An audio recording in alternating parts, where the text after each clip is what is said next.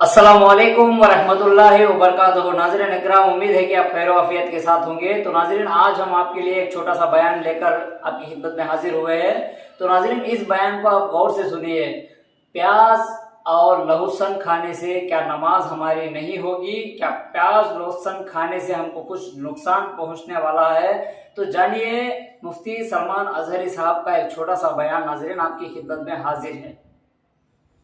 हुजूर एक तरफ जा रहे थे, नबी पाक सल्लल्लाहु ताला अलैहि वसल्लम ने फरमाया मुझे लहसुन पसंद नहीं है, अच्छा नहीं लगता। तो सहाबा ने कहा हुजूर को लहसुन पसंद नहीं, लहसुन पसंद। बात चलती गई मदीने में, यहां तक के लोगों में ये मशहूर हो गया लहसुन हराम हो गया। सब आए हुजूर सल्लल्लाहु ताला अलैहि वसल्लम के, सब कहने लगे लहसुन हराम हो गया, लहसुन हराम। कहा नहीं, हुजूर पाक सल्लल्लाहु अलैहि वसल्लम ने फरमाया कि नहीं, उसकी बू बहुत ज्यादा होती है, उसकी महक ज्यादा होती है। और हम जब कुरान की तिलावत करते हैं, मस्जिदों में आते हैं, तो हमारे मुंह इतने न महके, क्योंकि अल्लाह के फरिश्ते अपना मुंह हमारे मुंह से लगा देते हैं। मैं ये तेज बू वाली चीज को पसंद नहीं करता। सहाबा को बाद में ये क्लियरेंस देना पड़ा। दूसरे सहाबा ने क्लियर किया हुजूर से सुन करके कि हराम नहीं है। मैं ये कहना चाह रहा हूं, हुजूर सल्लल्लाहु ताला अलैहि वसल्लम की एक अदा भी देखते, किसी चीज को छोड़ दिया, सहाबा तो उसको पूरी तौर पर निकाल देते थे।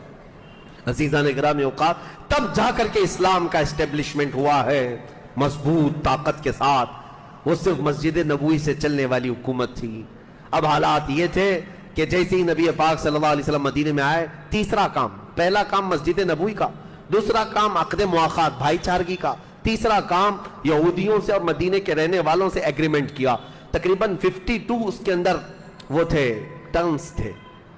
जैसे आप हुजूर सल्लल्लाहु अलैहि वसल्लम और उनके दरमियान 52 बुनूद थे जिन पर दस्तखत हुई।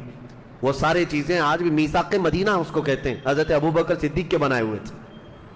आपको पता है, यूएनए के एक रिपोर्ट में अगर आपको बताऊं, यूएनए ने कई लोगों के दरमियान एग्रीमेंट बनवाए सुलह के और जिंदगी गुजारने के, फिलिस्तीन और इजराइल के बीच, साउथ सूडान और नॉर्थ सूडान के बीच, और दुनिया की कई कंट्रीज के दरमियान। ये जो बनाए यूएनए की तरफ से, उनमें से सबसे छोटी जो एग्रीमेंट है उसके पेजेस 4,500 सफात के। 4,500 सफात में क्या लिख मारा है पता नहीं। सिद्दीक़ अकबर रज़ी अल्लाह तआला अन्हु ने ऐसा मीसाक बनाया था जो 14 सदियों तक आज तक याद किया जा रहा है, जो सिर्फ 1.5 सफ़े के अंदर मौजूद था। एक सफ़ा और दूसरा आधा सफ़ा, इसके दरमियान 52 ऐसे टर्म्स थे, कंडीशंस थे जो दोनों के दरमियान थे। उसमें से मेन चीज ये थी, हम मदीना तैयबा में आए, हम तुम्हें तकलीफ नहीं देंगे, तुम हमें नहीं दोगे, लड़ाइयां हमारी आपस में नहीं होंगी, और कुरैश जब भी हमला करेंगे, मक्का वाले आएंगे तो हम साथ में मिलकर लड़ेंगे। मदीने की हिफाजत तुम्हारे लिए भी हमारे लिए भी। तुम जिस जमात के साथ अच्छाई करोगे, हम भी उसके साथ अच्छा करेंगे, हम जिसके साथ मुआहिदा कर लेंगे तुमको भी करना पड़ेगा। इस तरह की सारी चीजें थी। लेकिन ये यहूदी गद्दार ये सारे टर्म्स तोड़ दिए थे, जिसकी वजह से उनके साथ जंगें हुई।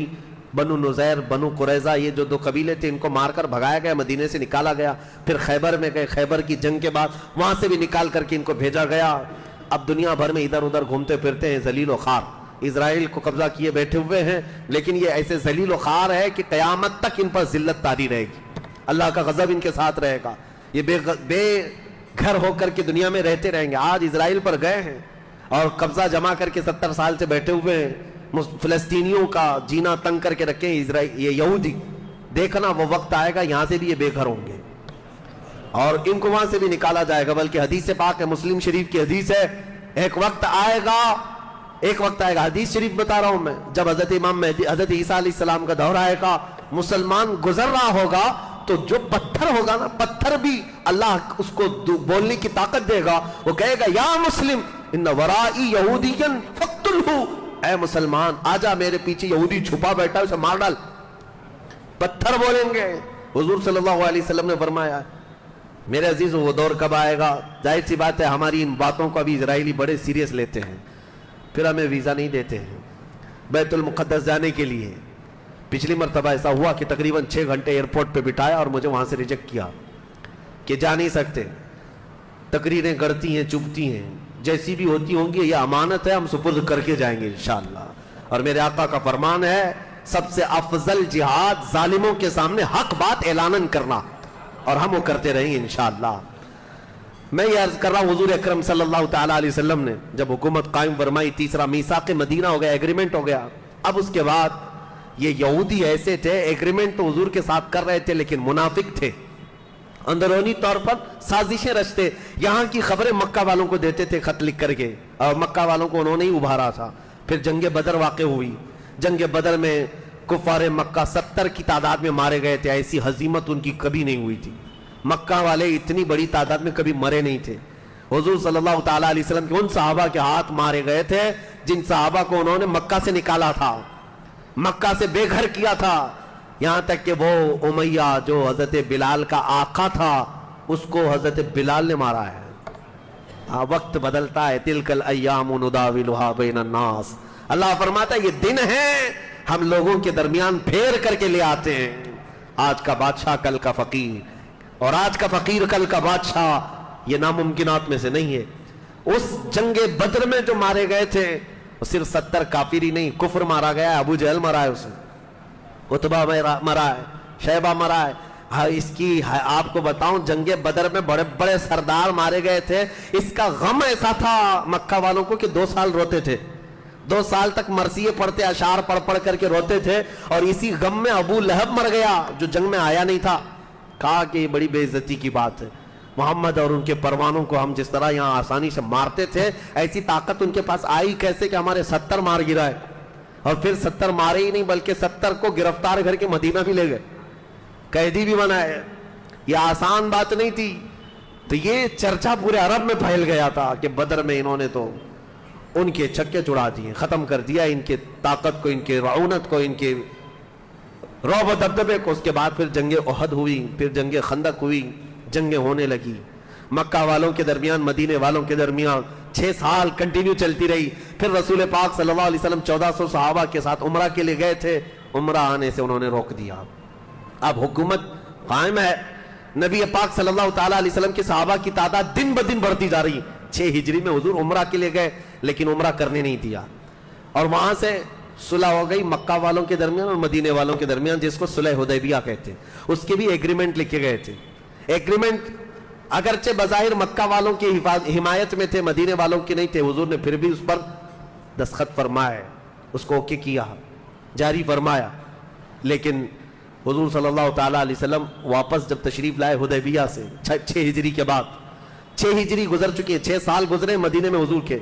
اب رسول کریم صلی اللہ علیہ وسلم نے بادشاہوں کے پاس خط بھیجنے شروع کیے، 12 صحابہ منتخب کیے، ان 12 صحابہ کو الگ الگ ملکوں میں، ایک ایران کا بادشاہ جو اس وقت کسرا تھا، کسرا کے پاس خط بھیجا، شاہ مقوقس جو مصر کا بادشاہ تھا اس کے پاس بھیجا، روم کا بادشاہ تھا عظیم ہرقل اس کے پاس بھیجا، نجاشی جو ایتھوپیا کا بادشاہ تھا اس کے پاس بھیجا، بحرین کا جو بادشاہ تھا اس کے پاس خط بھیجا۔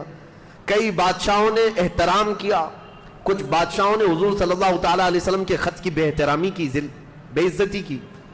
یہ سلسلہ چلتا رہا، لیکن مکہ والوں کو عجیب بات ہے، میں ایک بات بتاتا ہوں، جب مکہ سے ہجرت کر کے مدینے آئے تھے تو قرآن کی آیتیں نازل ہو رہی تھی، الف لام میم غلبت الروم، یہ 21ویں پارے میں۔ روم اس وقت کا سپر پاور ہے، اور قرآن میں آ رہا ہے کہ رومیوں کو شکست ہو جائے گی، جبکہ سپر پاور کے لیے کہہ رہا ہے، اور صحابہ کا یقین ایسا تھا، قرآن میں آ گیا ہے، ہونا ہے۔ یہ بادیہ نشین صاحب۔